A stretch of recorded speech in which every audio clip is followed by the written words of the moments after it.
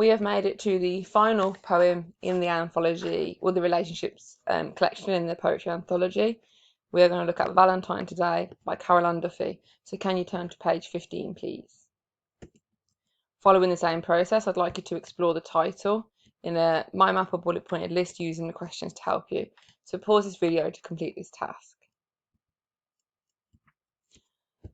So you've hopefully figured out Valentine is a noun, and Valentine refers to the person that you give your Valentine gift to. So will you be my Valentine? This is the 14th of February, when people celebrate love or romance, based on Saint Valentine's, if you look back into the historical relevance here. Thinking about Valentine, you might realise that the perspective might be somebody within this relationship or who wants to be in a relationship, but we're not completely sure what the poem is fully about yet. So I'd like you to read through the poem and write a brief summary of what you believe the poem is about. Okay, I've given you a collection of images here, as usual, so you can have a little look at these and then reread the poem. The red rose, satin heart, you've got the card, couldn't get a picture of a kissogram, but I've crossed those out because she says it's not these things. She says, Carol Ann Duffy says, there is an onion or a moon wrapped up in brown paper. That's representing the onion. You've got the onion rings shrinking to a wedding ring. You've got this knife element at the end, and you've got tears.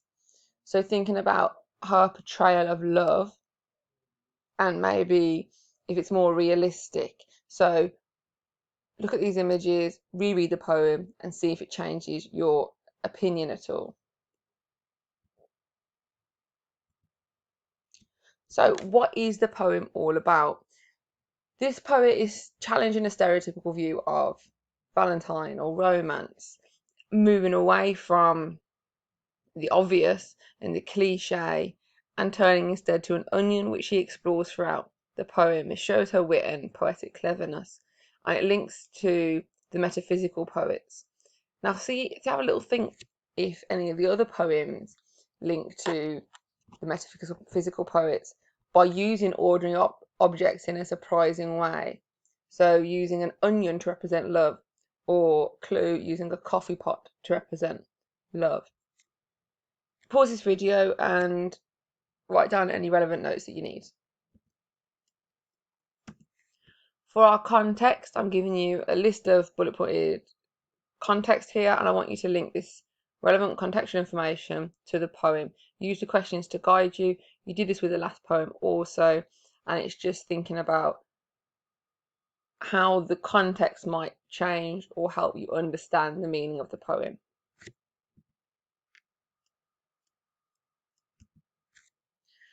As usual, we need to go into analysis. Now this is where you get a lot of your marks in your GCSE answers to do with poetry. So you need to think about inferences, you need to use subject terminology, you need to explore the effect on the reader. I'll start you off by looking at the things it says that Carol Ann Duffy says love isn't. So you've got red rose and satin heart. You've got the adjectives red and satin of connotations of luxury and romance.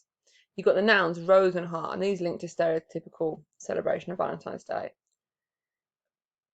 Duffy's deliberately mentioned these cliches to dismiss them. If you're not sure on the meaning of cliches, if you haven't figured it out from the context we're talking in, look it up. But she's mentioning these cliches so that we question them. We question their validity when representing love. Is it true love? And she is also maybe showing off her own experience of love, linking love to an onion. So as you go through, you need to think about the connotations of the noun onion. You need to look at the structure as well, because it is irregular, it's more free verse. The thoughts are kind of poured onto the page. She hasn't spent a long time, well, she might have spent a long time on this because everything is in the right place for the poem and for the meaning. But it's not like a romantics poem when every line is the same length, same rhythm, same rhyme scheme. Instead, it's like a pouring of emotion onto a page. So explore that, look at the words that stand alone as well. And have a little think whether this poem begins and ends with the same image, and if it doesn't, what does it end with? So pause this video to complete this task. Okay, as usual, I'm giving you a website to help you out, to check your analysis and to check your understanding and add any further analysis that you might need. That's in the description above. Moving to comparison, so linking in all the other poems we've looked at. So we're pulling all our knowledge together, all our prior knowledge, and comparing it to the poems we're looking at now. So I want you to think about romance, the theme of romance within the poems, and the theme of fear. So pause this video and complete this task.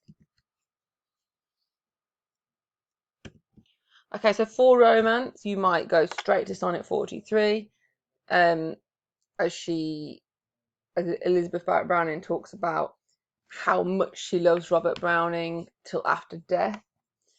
But one that might be a little bit easier to compare, looking at its romantic elements in a more realistic way, would probably be the poem we mentioned earlier. And if you figured out when I mentioned Coffee Pot, it was I Want to Be Yours. Absolutely fantastic. And both of these use metaphysical ideas, and they compare love to mundane objects and adds more of a realistic or romantic element. So that'll be a brilliant one to explore it with. And the other one is fear. So fear we looked at with the last poem as well, and that was more fear of death. You could link in death with this one. There is a theme of death within it. But the other poem, Nettles, was parental relationship. This one is between lovers. So a good one for fear would probably be first date, she and he, because it's the fear represented on a first date of whether the other one will like you back. And here you've got that element within this poem. If this poem, if you inferred from the onion ring, wedding ring, maybe it's a proposal and she's scared they're going to say no, there is massive fear in here. So different stages of relationship between first date and Valentine, but there is an element of fear of rejection within both. So final thought, do you agree with Carol Ann Duffy's portrayal of love? Why not? And email me your personal response. And if you've got to here, you've annotated all 15 poems, and that's absolutely fantastic. I'm very proud of you. Look forward to hearing from you. Bye.